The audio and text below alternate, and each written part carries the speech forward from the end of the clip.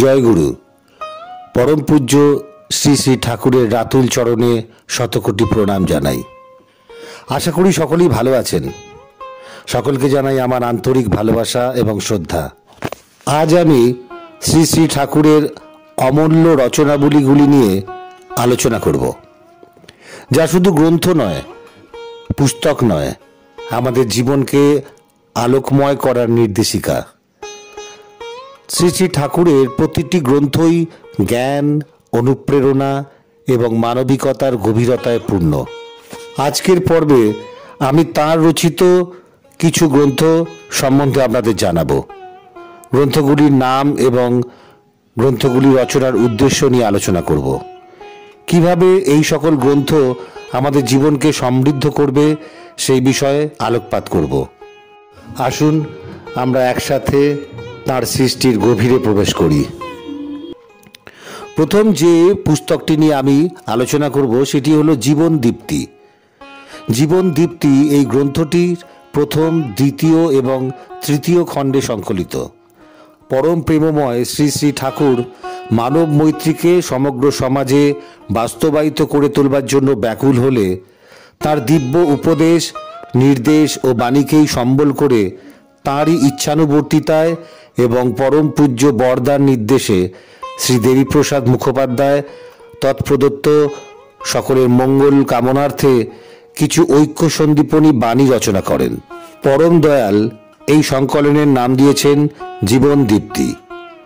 জাতি ধর্ম নির্বিশেষে সকলেই এই জীবন দীপ্তির পঠন, পাঠন, অনুশীলন ও প্রচারের মাধ্যমে মিলন মধুর অখণ্ড মানব সংহতির সৃষ্টির মাধ্যমে উদ্দীপ্ত হবেন, সন্দেহ নাই। এই গ্রন্থটির প্রকাশক শ্রী অনিন্দ্যদ্যুতি চক্রবর্তী। বইটির প্রথম সংস্করণ প্রকাশিত হয় 1375 সনের ভাদ্র মাসে। জীবনদীপ্তির দ্বিতীয় খণ্ডটিও শ্রী শ্রী ঠাকুরের অমূল্য বাণীগুলিকে একত্রিত করে রচিত হয়। ঠাকুরের ইচ্ছার্থে, লোক কল্যাণার্থে ও লোক শিক্ষার্থে এই গ্রন্থটি প্রকাশিত হয়। জীবনদীপ্তির তৃতীয় খণ্ডটির প্রকাশক হল শ্রী অজিত কুমার ধর। ঋত্বিক, যাজক আদি প্রতিটি কর্মীর উদ্দেশ্যে পরম প্রেমময় শ্রী শ্রী ঠাকুর যে অমৃত পথ নির্দেশ দান করেছেন, বিভিন্ন গ্রন্থ হতে তার কয়েকটি একত্রে সংগ্রহিত করে জীবনদীপ্তির তৃতীয় খণ্ড প্রকাশিত হয়। এই গ্রন্থে মূলত কর্মজীবনের সার্থকতা লাভের বাণীগুলি অপরিহার্য। এছাড়াও যারা শ্রেয় কর্মা অর্থাৎ যারা কর্মকে শ্রেষ্ঠ বলে মনে করেন তাদের জন্য নিত্য সহায়ক এই গ্রন্থটিতে বাণীগুলি সন্নিবেশিত করা হয়েছে। এখন আমি শ্রী শ্রী ঠাকুরের জীবনদীপ্তি তৃতীয় খণ্ড থেকে কিছু বাণী আপনাদের সামনে তুলে ধরছি এবং সেই বাণীগুলির মধ্যে একটি আমি আপনাদের পাঠ করে শোনাচ্ছি। প্রার্থনার সময় আত্মস্বার্থের চিন্তা করো না, ইষ্টার্থের চিন্তা করো। ওই চিন্তাকে উদ্দীপ্ত করে ঊর্জি কৃতিমান করে তোলো, এমনতরই প্রেরণা সম্বুদ্ধ করে তোলো যাতে তা নিষ্পাদন না করেই তুমি থাকতে পারো না। তাঁরই মহিমা, আচার ব্যবহার, গুণাবলীর চিন্তায় নিজেকে এমনতর প্রবুদ্ধ করে তোলো যাতে তোমার বৈশিষ্ট্যের ভিতর ওইগুলি শত সন্দীপনায় আচরণ সিদ্ধ হয়ে ওঠে। অনুকম্পী প্রীতি উৎসারণায় ইষ্টার্থ সিদ্ধ সম্বর্ধনী সম্বেগ নিয়ে, এক কথায় ইষ্টার্থ যা কিছু তা যেন তোমার কাছে জীবনীয় হয়ে ওঠে, স্বার্থ হয়ে ওঠে, আর সম্বর্ধনা তোমার তারই নিষ্পাদনের ভিতর দিয়ে ক্রমোচ্ছল হয়ে চলে। আবার বলি, আত্মস্বার্থের চিন্তা করতে যেও না। ওই চিন্তা তোমাকে ওই প্রবৃত্তি গহ্বরেই আটক করে রাখবে। উচ্ছল উদ্দীপনায় তোমাকে সাতত ধৃতিমান করে তুলবে না, সঙ্গে সঙ্গে অন্যের বেলায়ও তাকে সংকীর্ণ করে তুলবে।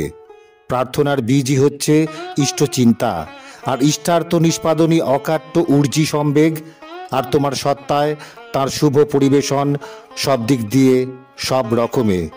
তাই প্রার্থনারত থাকো আর সবাইকে সেই সংস্রবে সংস্রবান্বিত করে তোলো উর্জনার যাজন দীপ্ত চর্যা উপচারে।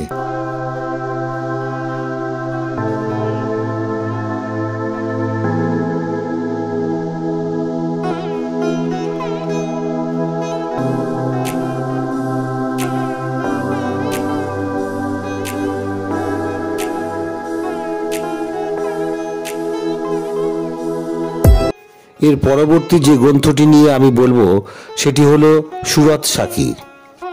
এই পুস্তিকাটি প্রথম প্রকাশিত হয় 1 বৈশাখ 1379 সালে এবং দ্বিতীয় সংস্করণ প্রকাশিত হয় 1394 সালে।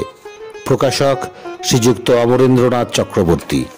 অন্তহীন বিরহের কষ্ট বুকে নিয়ে আমরা চাওয়া পাওয়ার নেশায় মেতে কত কিছুর পেছনে ছুটে চলি আমাদের জীবদ্দশায়। তার লাখো চাহিদা পূর্ণ হলেও আমরা দেখি আমাদের অন্তর ভরেনি। না পাওয়ার বেদনা আমাদের আতুল আতুর করে তোলে। চিরন্তন তৃপ্তি ও শান্তি আমাদের নাগালের বাইরে থেকে যায়। ঠাকুরের মতে জানতে অজান্তে আমাদের জীবন জীবনেশ্বরকেই সন্ধান করে ফেলে। প্রাণবল্লভকে না পেলে প্রাণ বুঝি আর বাঁচে না। এই আবেগ রঙিন অভিসারের প্রসঙ্গই দয়াল ঠাকুর মরমিয়া আভাসে, প্রণয় ঘন ছন্দে, মধুর মোহন মূর্তিতে তুলে ধরেছেন সুরত সাকি কাব্য পুস্তিকায়। এ নাম তারই দেওয়া। বস্তুত সুরত অর্থাৎ জীবাত্মা যখন পরমাত্মা বা মূর্ত পরম পুরুষে মগ্ন হবার জন্য উদ্বিগ্ন হয়, তখনই সে প্রকৃত বান্ধবের মতো, হাত ধরা সাথীর মতো আমাদের বাঞ্ছিত লোকে এগিয়ে নিয়ে যায়। প্রীতি বিনায়কের ঘনীভূত সারমর্ম নিহিত আছে এই সুরত সাকিতে। এর মধ্যে কয়েকটি গানও আছে। এই পুস্তকের অপর অংশে আছে পরম প্রেমময় শ্রী শ্রী ঠাকুরের শ্রীহস্তলিপি, অর্থাৎ ঠাকুরের নিজের হাতে লেখা কিছু দুর্লভ সৃষ্টি। এই পুস্তকের পঠন পাঠন আমাদের সকলকে ভাব ভক্তিতে পুষ্ট করে তুলবে। আমি এই পুস্তকে লিপিবদ্ধ হওয়া শ্রী শ্রী ঠাকুরের কিছু অমোঘ সৃষ্টি আপনাদের সামনে তুলে ধরলাম। তার সাথে তাঁর স্বহস্তে লিখিত শ্রীহস্তলিপির কতিপয় অংশ আপনাদের কাছে পরিবেশন করছি।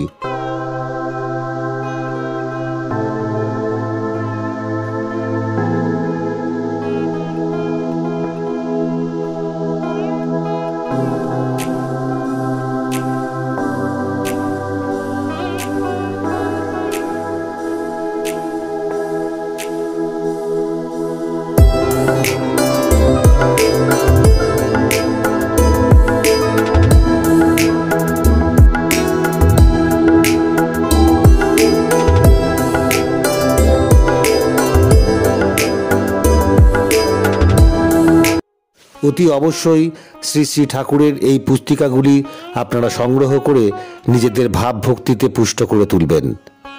আজকের শ্রী শ্রী ঠাকুরের এই গ্রন্থ পর্যালোচনা আপনাদের কেমন লাগলো আমায় কমেন্ট করবেন। বেশি করে শেয়ার করবেন গুরু ভাই ও গুরুবন্ধের প্রতি, যাতে করে সবাই তার এই অমূল্য সৃষ্টির ভাব রস আস্বাদন করতে পারেন। আর চ্যানেলটিকে সাবস্ক্রাইব করে আমায় উৎসাহ প্রদান করবেন, যাতে খুব শীঘ্রই ঠাকুরের অসংখ্য পুস্তকের বিবরণ আপনাদের কাছে আমি পৌঁছে দিতে পারি। আর যদি কোনো নির্দিষ্ট পুস্তকের ব্যাপারে আপনারা জানতে আগ্রহী হন, আমাকে জানাতে ভুলবেন না। আমি চেষ্টা করব আপনাদের ইচ্ছানুরূপ প্রশ্নের সমাধান করতে। ভালো থাকবেন, পাশে থাকবেন। জয় গুরু, বন্দে পুরুষোত্তম।